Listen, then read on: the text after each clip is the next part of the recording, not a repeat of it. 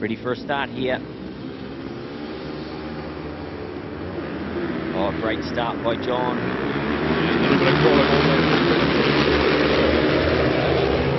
20-second penalty for if you jump it.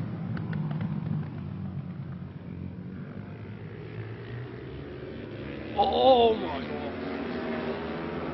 Using a lot of track there. Yeah, Hamish Boyd, a massive rear end slide coming out of that first corner. Definitely changed his unchanged maybe levels for the next race, but that'll definitely let him know where the grip levels are at for the race. It's definitely cold down here at Taupo. It's nice sunny weather, but the track conditions are very cold. Boy, that thing's romping away.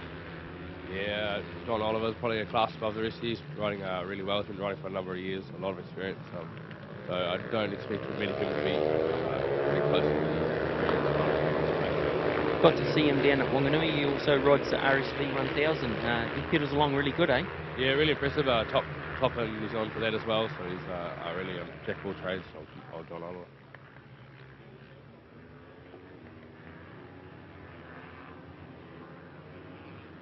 Good tight racing here, eh? The field's packed up a little bit. Mark White's dropped back one into 5th position.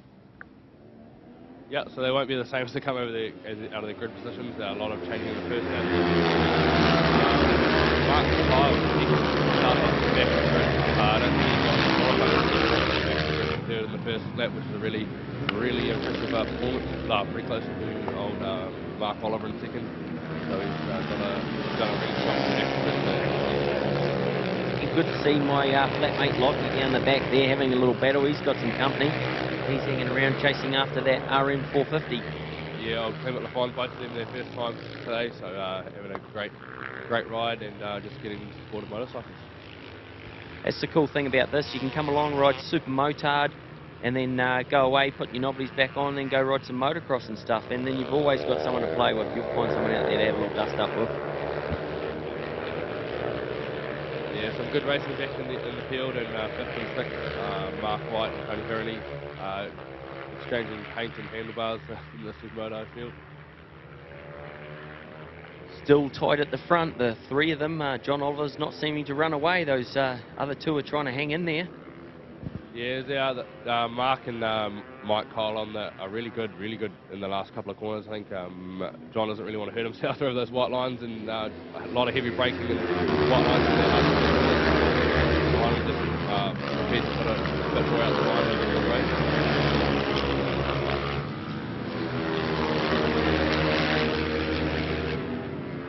Oh, it's tightening up here. Got a challenge for first. He's sniffing after him. Yeah, they're either brothers or father and son. I'm pretty sure that might be father and son, Mark and John Oliver, and Mike Cole trying to slip there. Definitely big drive into that corner. John Oliver, it's a standard bike, pretty modified. Yeah, a lot of work under that. You can't really buy those at the showroom floor for $5-6 grand. That's what I noticed with Scotty's one. He'd done all his steering head, he'd widened the swing arm up, he had hardened suspension, he had everything done to it. And we just pulled the wheels out and put it into Mark's standard motor, but that will be the difference, wouldn't it? Yeah, a lot of these guys had a lot of work done, and you can't really compete at the sharp end of the field. Richie Dibbon, the top rider in New Zealand at the moment for MotoR1, he bought his bike for about $9 grand as he do a normal road bike and spent about 35 on it. So yes, bit of a mark up there, but yeah, a lot of work goes into these to get them competitive, and there's still that bike, wheels on it. A lot of fun. Yeah, brother of Jay Dibbon, and when I first started, Jay Dibbon was the master down here on an RS125, very fast. 40.15 I think he used to do around the short circuit at Taupo before they did the extensions, and boy, he knew his way around on a 125.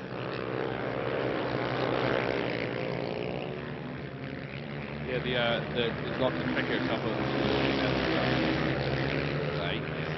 say, yeah, but there's 8 extended out to this longer track. It's really brought a lot of international racing series over to New Zealand. Yeah, we've had some great ones. We've had the Tri Series down here. I've had some great little dust-ups with your dad down here.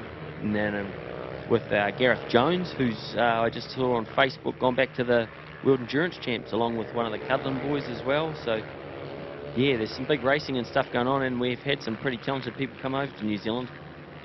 Yep, the racing's getting pretty close at the front. They seem to have dropped Mike Kyle. He's doing the fastest lap of the race, actually by Mike Kyle, but he won't. He looks like he's dropped the pace a little bit in the front.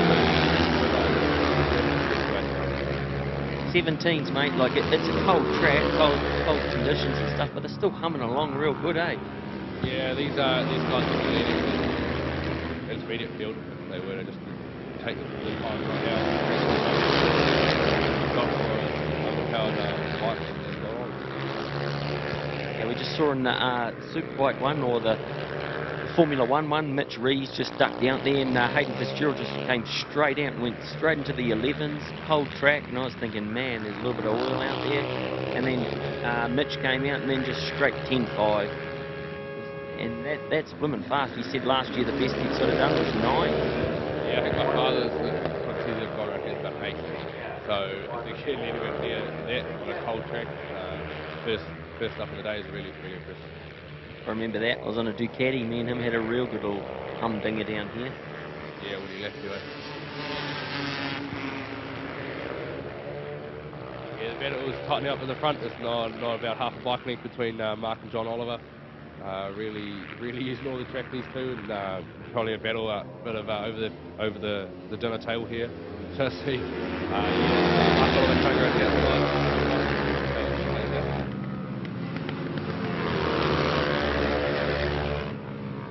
John Oliver having none of it, running his down real wide here, and yep, Bragging rights, mate. Hey, it's the Winter Series.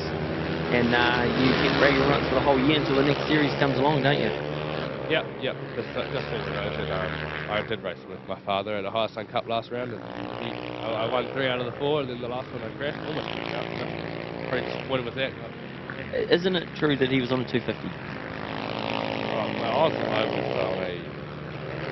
slightly more modified, but still a 250, so we'll play that one. Hey, anytime you can beat Stroudy, it's a win. Straight to the top of the CV, that one.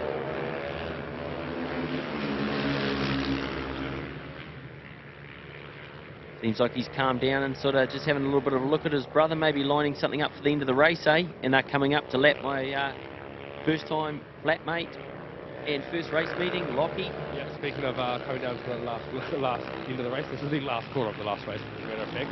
So these two with the drag to the line. Drag to the line.